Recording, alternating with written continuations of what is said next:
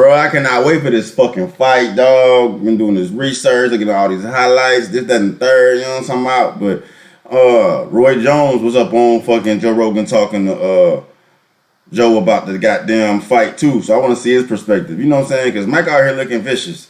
And Roy ain't no hoe. He ain't no hoe, dog. You gotta respect it, dog. So I mean, I'm scared for him. I would put money on him just because he ain't no slouch.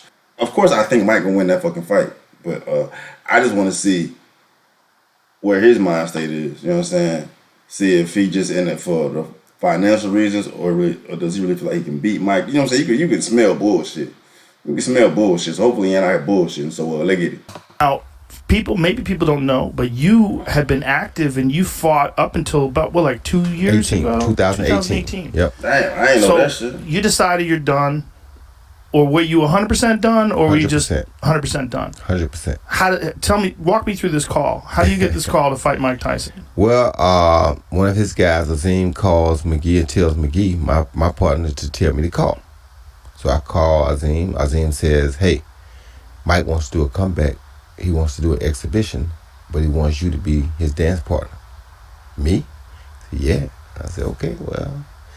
But that's not what Mike said in the interview, when he talked about Joe, he said that whoever would keep throwing him all these fucking fighters, and somewhere down the road, Roy's name came up. It was Bob Sapp at first, and all these other motherfuckers, and then eventually it got to Roy. You know what I'm saying? So something don't smell right.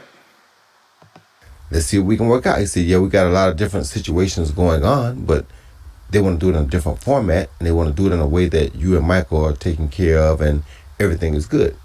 Well, that didn't try to be necessarily what the case was, but me being Roy Jones Jr. and us being in COVID, I'm like, you know what? 6 weeks, that's right around the corner. He ain't been fighting. I can get ready. I'm pretty sure I can get a little bit more ready than he can, because he's been inactive a lot longer than I have. Yeah. So 6 weeks, I know it's Mike Tyson. He's big as heck, and he's still Mike Tyson, and he still can punch. But 6 weeks, there's no way he can get prepared for this. So I said, you know what? I'll take that. And I jumped on. Well, hell no, bro. Hell, he got played. He got played 6 weeks my ass. They was thinking that 6 weeks in front of his ass. Nah, bro. Y'all got like 6 months. Well, you can't bitch out now, though, dog. You can't bitch out now, though, dog. Shit, it got him. Something happens, and they change. Now, why did they change it? Did they give a reason? They said something about marketing. They told me something about marketing, but I don't really believe much of what was said. I mean, I just can't believe it, because we had a September 12th date. That was before football season started. Basketball may have started, but people at home with nothing to do, and that's why I was like, you know what? I wanted him when I was in my prime, so why not take him now? I mean, 6 weeks, that's easy. But see, he just contradicted himself. He said, I wanted Mike when I was in my prime. He said, I wanted Mike when I was in my prime. Like, I wanted to fight Mike and show the world that I was better than Mike. So he wanted to fight Mike when Mike was still fighting. You know what I'm saying? I'm in my prime, Mike's still fighting. I want to show the world that who is the man of this shit, right? Or show the world how good I really am. But now he's just saying, all right, well, I'm going to jump on this fight now, because Mike hasn't been fighting so long. I just finished fighting, so it's gonna be a lot easier for me to get in fighting shape quicker than Mike. 6 weeks isn't long enough for Mike to be prepared for me. So he wanted the advantage over Mike, which he in his mind, he feel like it's not a fair fight. He feel like he got the upper hand on Mike. Like, he don't want to see Mike when Mike is ready. He want to see Mike when he feel like Mike isn't fit enough to fight. So that kind of contradicts him when he says, I wanted to fight Mike when I was in my prime. That means you wanted to fight Mike when Mike was still fighting. But the only reason you signed up for this fight is because you felt like Mike wouldn't be prepared to fight you. But now they changed the dates. Oh shit, Mike gonna be prepared now. But you wanted to see Mike in your prime. Here you go. So what you mad for? You know what I'm saying? Mike did bring that up, saying they pushed the fight back because of marketing. They wanted to have it, you know what I'm saying, get out. They wanted a larger audience. They wanted to build the fight up. The longer you build up the anticipation, the more spectators you're going to have to watch that fight. 6 weeks. Like, I didn't even catch wind of this fight until like a month ago. You know what I'm saying? And that would have been past the time to schedule fight. So, moral of the story is, Roy's sounding kind of soft right now. I don't want to fight Mike. He didn't say that shit. But that's what it sounds like. Mike gonna be ready now. So fuck. What I get myself into? They said, well, we got more attention than we expected to get, and this happened and that happened, so we want to move it. I'm like, man. So I was thinking about it, and Dean Tool, my guy, he posted something about the new date on my site. And when he did that, it was like, well, that means that you admitted that you agreed to it. I didn't, but okay. That's how it goes. I'll be that guy, you know. I don't back out of nothing. It ain't like I'm scared of Mike Tyson because he's Mike Tyson. You basically saying that though. He basically saying that though, right? He basically saying that. I'm mad they pushed the fight back. Why you mad they pushed the fight back? Because of money? No. I mean, I guess that's a reason for fighters to get pissed off about shit being done differently with their fight. It's like fights are postponed when you're in the middle of like a proficient career, but like you ain't doing shit. Mike ain't doing shit. Why does it matter when you have the fucking fight? Like the only legitimate reason he has to be worried about the fight being pushed back is that Mike gonna be ready. You thought he wasn't gonna be ready. Now he gonna be ready. And the fact you're saying I ain't scared of Mike is just that they pushed the fight back. Now basically saying you scared, dog. as soon as he say, I mean, I ain't scared of Mike. Everybody's scared of Mike, but you know what I'm saying? I'll be the whatever, bro. Basically, you saying you scared of Mike. You scared of Mike. That's what it sounds like to me. You scared of Mike. It's just that I know that in 6 weeks, he had no chance to deal with me. You understand me? In 12 weeks, well, he'll have a little bit better chance to deal with me, But don't you want to see Mike when he's at his best? What you mean? What you mean? That sounds like some whole shit. As competitive as your ass is, bro, you know you the best. You wanted to see Mike when you was in your prime. When Roy was in his prime, Tyson was definitely not in his prime. There's no way in hell Roy would want to see Tyson when Tyson was in his prime. But now it's kind of like the same dynamic now. Like Mike Tyson gonna be ready to fucking fight you now, and now you're sounding kind of shaky. His chance is still gonna be rough, but it's gonna be better than it would have been in 6 weeks. Because 6 weeks he didn't have a chance. Now you get this phone call. Do you just immediately start training? And when you immediately start training, how you ramping up for a fight like that? You know, it's like I heard Mike say something about when he started training, he was in the bed for a week. Yeah. I went in the bed for a week because I was going a lot already, but I was a sore person for a couple of days. Did it feel good to say, oh, wow, I got a big fight coming up. I got a goal. We're back. I was excited. Yeah. Because it's Mike Tyson. So it's like, in most cases, you'll say, yes, I got a big fight on the road coming, you know? But this time I was like, you know what? You better get in a little shape because you are going in there with Mike Tyson. Yeah, and you don't know Mike Tyson. You don't know what Mike Tyson might come in there and do. You don't know if you got to protect your ears, your chin, your jaw. You don't know what he might do. So what you better do. That's kind of taking a shot, though. That's taking a shot. He's sounding. I mean, Mike did bite Holyfield's ear off, but that is not why Mike Tyson is feared. Mike Tyson is feared because he will knock your motherfucking ass out. That's why Mike Tyson is feared. So it's like, you better get your ass in that fucking, you better get ready for that fight because you don't know if it'll come out your ear, your chin, all this shit. That's like kind of throwing a shot a little bit. But, I mean, maybe he's doing it on purpose to sell the fight, but I mean, this fight don't need to be sold, and you wasn't trying to fight him now anyway. So why are you still trying to sell the fight? Because he ain't trying to sell the fight. He's scared.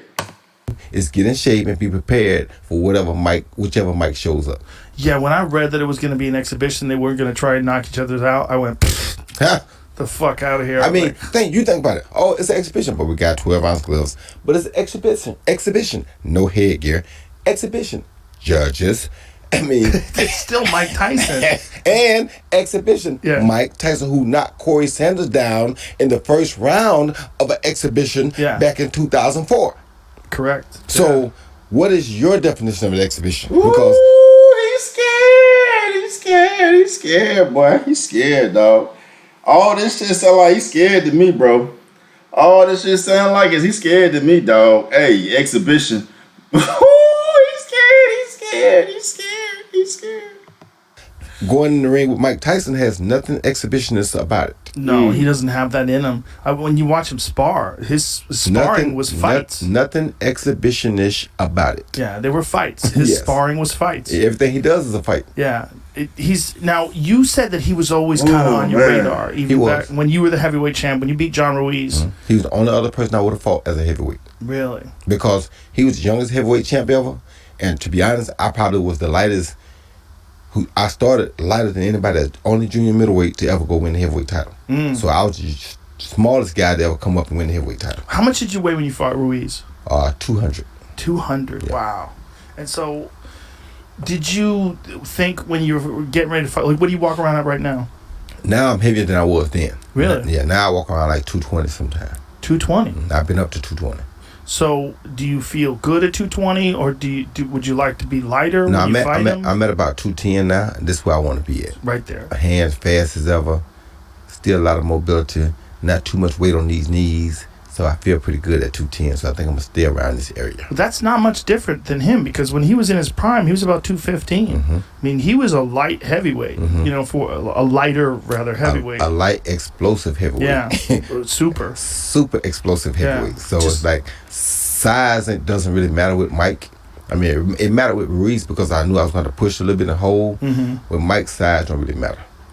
Now, when you decided to go up and fight Ruiz for the heavyweight title, did you think that was one and done, or did you think, once I win that title, maybe I'll defend it a few times? Like, what was your thoughts getting ready for that fight? So, as you know me, I'm a man of my word. I try to be. And I said I wanted to go do what Bob Fitzsimmons did, but I was going to add a little bit to it because I was also super middleweight champion, which was a division that wasn't around when Bob Fitzsimmons did this in 1896. But what Bob Fitzsimmons did was he won the middleweight title, the light heavyweight title, the heavyweight title, and then he recaptured the light heavyweight title. That's a big segment of the whole thing, recapturing the light heavyweight title. So if I go up and do what I did, win the heavyweight title, and don't recapture the light heavyweight title, I can't look you in your eyes and say I did what Bob Fitzsimmons did, because I didn't. Right. I did part of what he did, but the hardest part is to come back from heavyweight and recapture that light heavyweight title. That's why I came back and did it. But before I departed the heavyweight division, I would have fought Mike Tyson because of what I told you earlier. He was the youngest heavyweight champ of all time. To me, he was one of the most explosive, entertaining guys you want to see because you never know what he's going to do. And it's the same reason I'm going in with him right now. Well, Tyson was way past his prime around then. I'd have to look up the dates and shit, but when Roy was fucking doing his thing, Tyson was on his way out. Like, as soon as Tyson got touched by Buster, when he fucking took boxing loosely and shit, and you know what I'm saying? Like, post Buster Douglas is the prime. Pre Buster Douglas is the Tyson everybody's scared of. Like, after he got rocked by Buster, it was a whole different fucking Tyson. So, I mean, all the shit he's saying sound good. He wanted to see Tyson back then, but that wasn't the real Tyson, man. That wasn't the real Tyson. That was head case Tyson at that point. He had already bitten Holyfield's ear. He fucking kissing Lennox Lewis, wiping the sweat off of Lennox Lewis' forehead, like wiping the sweat off of Lennox Lewis' forehead and shit. That ain't the Tyson we talking about. We talking about that pre-Buster Douglas Tyson where he went like what 50-something-0 with 50-something knockouts, like. You ain't want to see that Tyson. So all the shit he's saying sound good, but you wasn't fighting when Tyson was doing all that. So because he's explosive, entertaining, and you never know what he's gonna do. I mean, both of you were in that Nas song. You know that song? Yeah. The new Mike Tyson's Roy Jones. Yeah. I mean, that's a line. Exactly. Yeah, I mean, very similar in that regard that you both were so dominant over your divisions when you were in your prime that those fights were like executions. Of course. Why didn't that fight take place back then? Because nobody ever saw me coming to heavyweight back then. And by the time I did it, he was already on his way out of boxing. He already had departed. So people say, I think they say someone told him that I was offered $40 million to fight Mike Tyson. No, I wasn't. If I was offered $40 million, we've been fighting. I mean, I tell people today, like, they always talk about, what's going on with the zone and all these fighters. Listen, man, if I was in today's time and I was Roy Jones, the same Roy Jones I am, if they told me, Roy, we'll pay you $20 million per fight, For 5 fights, we get to pick the opponents. I say, matter of fact, don't even worry about picking an opponent. Y'all call tell me the date. Tell me what date I'm fighting. I'm gonna be there. What weight I'm fighting at, and I don't care who it is. Just tell me when I'm fighting and what weight I need to be. I believe it. You understand me? That's who I am. So it's like when they talk about, man, see, because he kind of lost me now. He kind of lost me. I love the confidence and shit, but for $40 million, dog, it don't matter how much you're getting paid. You still need to prepare for the fight you about to fight. You got to know his weaknesses, his strengths, what he's good at. You got to do your research. You got to fucking game plan. Anybody just show up and fight somebody you ain't even seen throw a one punch. You know what I'm saying? I get it. He talking this shit. I get it. He talking this shit, but at the same time, bro. At the same time, man. oh, I would have fought. No, if they would have offered me $40 million to fight, if Mike would have just said, yeah, I would have fought him for whatever we fought for. That's how bad I wanted to fight him back then. These people love to talk, though. Yeah. They just say a lot of stupid shit that doesn't make sense. But that's people need something to talk about. Well, I know, but I'm just saying I be wanting to clear it up because I was not offered money to fight Mike back then. Right. I would have, I would have fought Mike back then. I wanted to fight Mike. He's the only other heavyweight I would have fought. Everybody else, I was like, no, I'm not giving y'all the opportunity. First of all, I'm a small guy coming up to the heavyweight division. Right. I don't belong up here anyway. I just wanted to do what Bob Fitzsimmons did and prove I could do it or see if I could do it. Because Sugar Ray Robinson tried to go win the light heavyweight title and he passed out. Yeah. So he didn't win it. Yeah. So of course we always want to try or challenge ourselves. I want to see what the roof is. Can I win the heavyweight title? Am I really that good? As good as I think I am? Maybe I am. Let's find out. Episodes of the Joe Rogan. Nah, he sounds scared to me. He sounds scared to me, bro. He sounds scared to me, dog. Like real shit. I don't know what y'all think. What y'all think? I think he's scared. He upset about them pushing the date back because now Tyson looking vicious. You know what I'm saying? Vascular, like Rogan said that last one. Like it's gonna be a different ball game now. And then Roy will look like a whole hoe if he backed out now because they pushed the date back. Like, but what you got to do? It's COVID-19, bro. Ain't nobody doing shit besides waiting on your ass to fucking fight. So he in a damn if you do, damn if you don't. I'm damn if I fucking get in the ring now, get my ass whooped, or if I'm damn if I don't fight and I'm like a bitch. It's toast. But yeah, man, it was cool. It was definitely interesting hearing Roy's perspective and like I think he blowing a lot of smoke. I think he got some fear in his heart in the back of his head, dog. Like he ain't never been in this type of situation before, fighting a motherfucker like that. Like take what Tyson can do physically out of the equation. Just the fear he put in somebody's heart just based on Mike Tyson's mental. Like his mental fortitude. Would you even call that fortitude? Like whatever the fuck that is, Mike Tyson got up here scared to live shit out of everybody. Then you add on to the fact that he can do what he can do with these. Like, it's equation for an atomic bomb to blow up in your motherfucking face, Roy. So hey, you better be prepared, dog. Get you some motherfucking more skips in. You know what I'm saying? Because it's about to be one of them things for your boy. I'm out.